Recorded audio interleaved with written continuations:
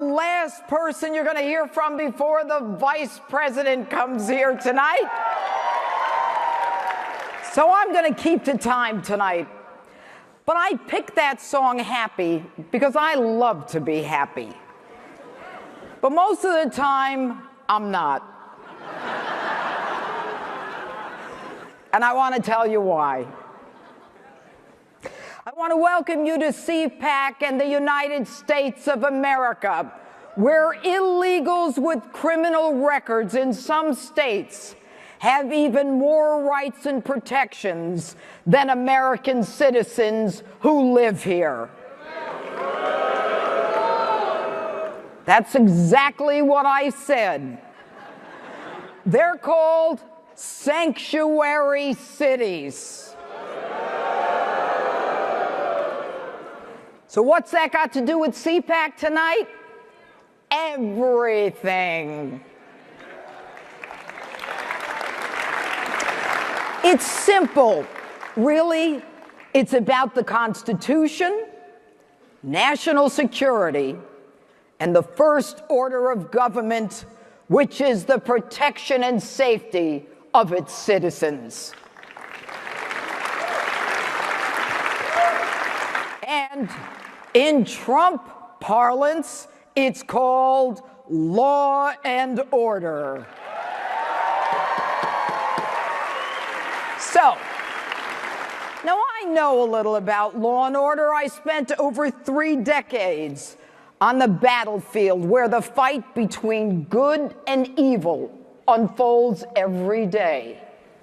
I have seen the ugliest side of life and the pain that people go through for no reason. They didn't do anything. They didn't ask for it. They're just going about their day like the rest of us. When all of a sudden, like a thunderbolt, their lives are forever changed by someone who made the decision to victimize them. And never, ever forget, it is the criminal who makes the choice to commit a crime.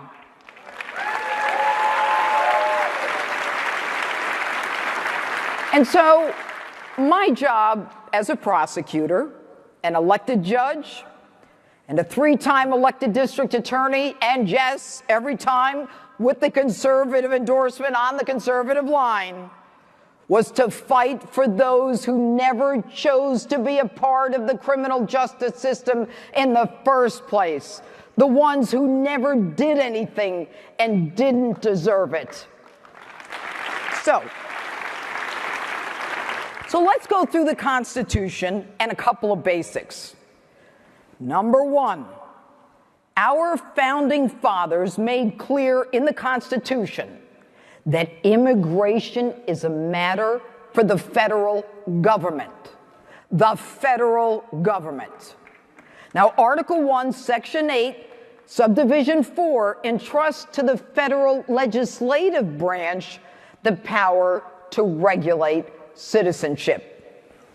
But today, in cities and states across this great nation, progressive mayors are prioritizing the protection of illegal criminals who not only violated our law to come here, but in addition, committed additional crimes while they were here. These mayors are directing that local police, under their jurisdiction, not share information about these criminal illegals and not assist the feds or ICE when they issue a hold or a detainer warrant so that they can be deported. And as a result, they roam freely among us. It was a sunny day. She was walking along the pier. She was in a place where she had a right to be, with someone that she loved, her dad. He was a criminal, illegal alien in the same vicinity, a place that he had no right whatsoever to be. The courts had ordered him deported at least 5 times, and his conviction for at least 7 felonies made him a career criminal. And as she lay dying on that cold pier from the gunshot wound fired by the man using yet an illegal weapon, who had no right to be there, she begged for her father's help.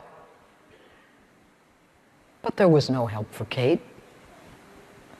All the protections are now in place for her killer. He was 19. He came here illegally, and like so many others his age, he crossed the border from Central America, and he openly admitted, "I'm a gang member." That didn't stop the Obama administration from allowing him into our country.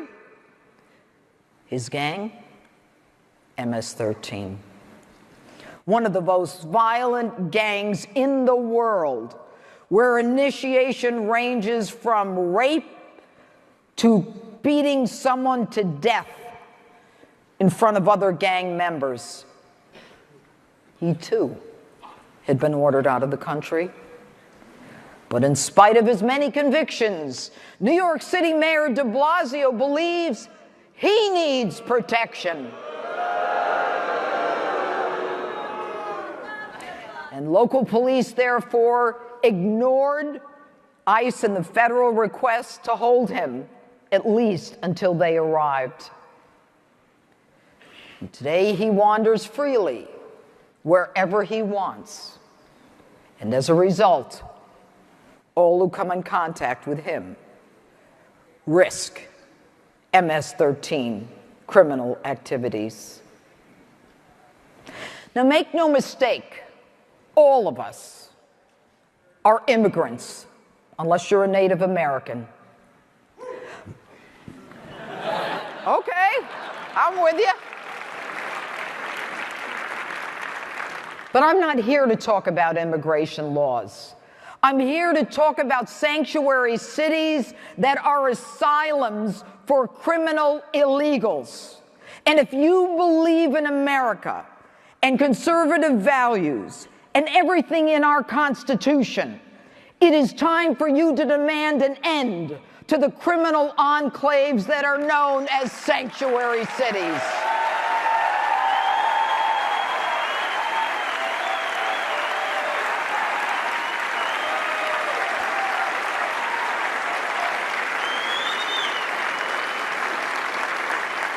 The sanctuary apologists argue that holding a criminal illegal for pickup by ICE destroys the relationship between police and the immigrant community.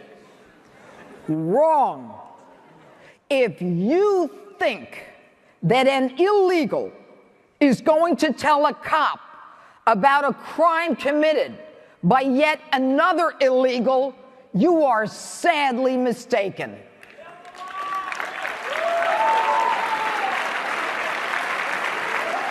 I know. Build that wall. Okay, they're already here. They're already here. Now,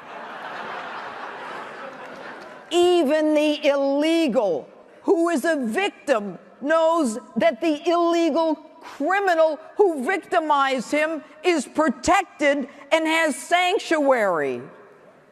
The victim is more afraid of the other illegal with sanctuary than he is of the cops. So what's the point? Now, for all of you who might be interested, Congress has already passed a law. I used it many times. It's called a U visa. We don't need sanctuary cities. If someone is going to cooperate with law enforcement, we give him a U visa. He's protected, his family's protected, his mother, his family, who else? Everybody's protected, right? We don't need to put whole cities at risk. Now, fast forward. President Trump, in his first 30 days, pursuant to his word, signed an executive order prioritizing the deportation of criminal illegals and those ordered deported, as well as those who abuse our money and welfare programs. Not bad. The consequence?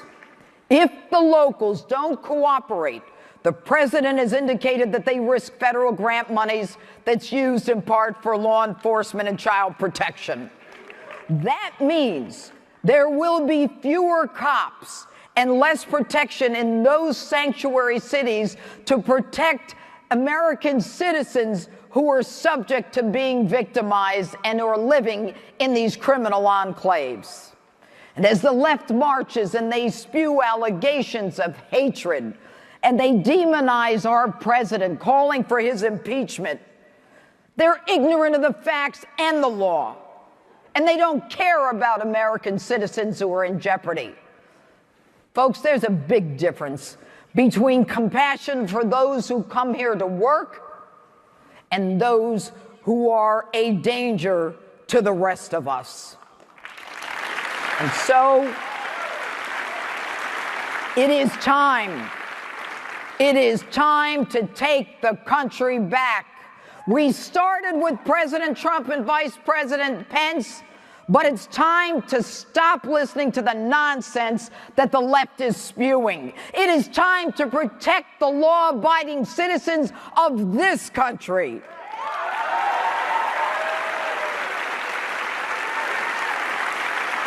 And it is time for law and order. President Trump and Vice President Pence understand that the first order of government is the protection of its citizens, and we cannot and we will not allow sanctuaries as innocent Americans become subject to random acts of violence and death by people who shouldn't even be here in the first place. So enough of this benign-sounding sanctuary city hogwash. To all those mayors in New York and Chicago and Los Angeles and D.C. who say they won't retreat as a sanctuary city, I ask, at what point do we stop the violence and the killings? Are you willing to risk it all to protect the illegal who is a criminal? And if so, who is it okay to lose? Who is it okay to risk?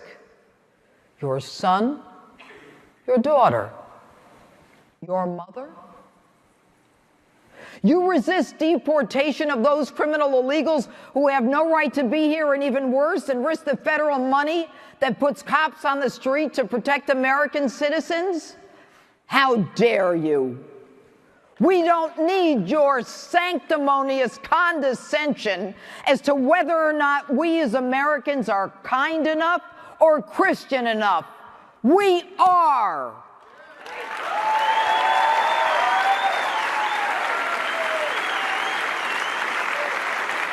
It is time for us to go back to the America that our founding fathers intended. One that they might actually recognize. And like President Trump, it is time for us to stop being politically correct and start being morally right.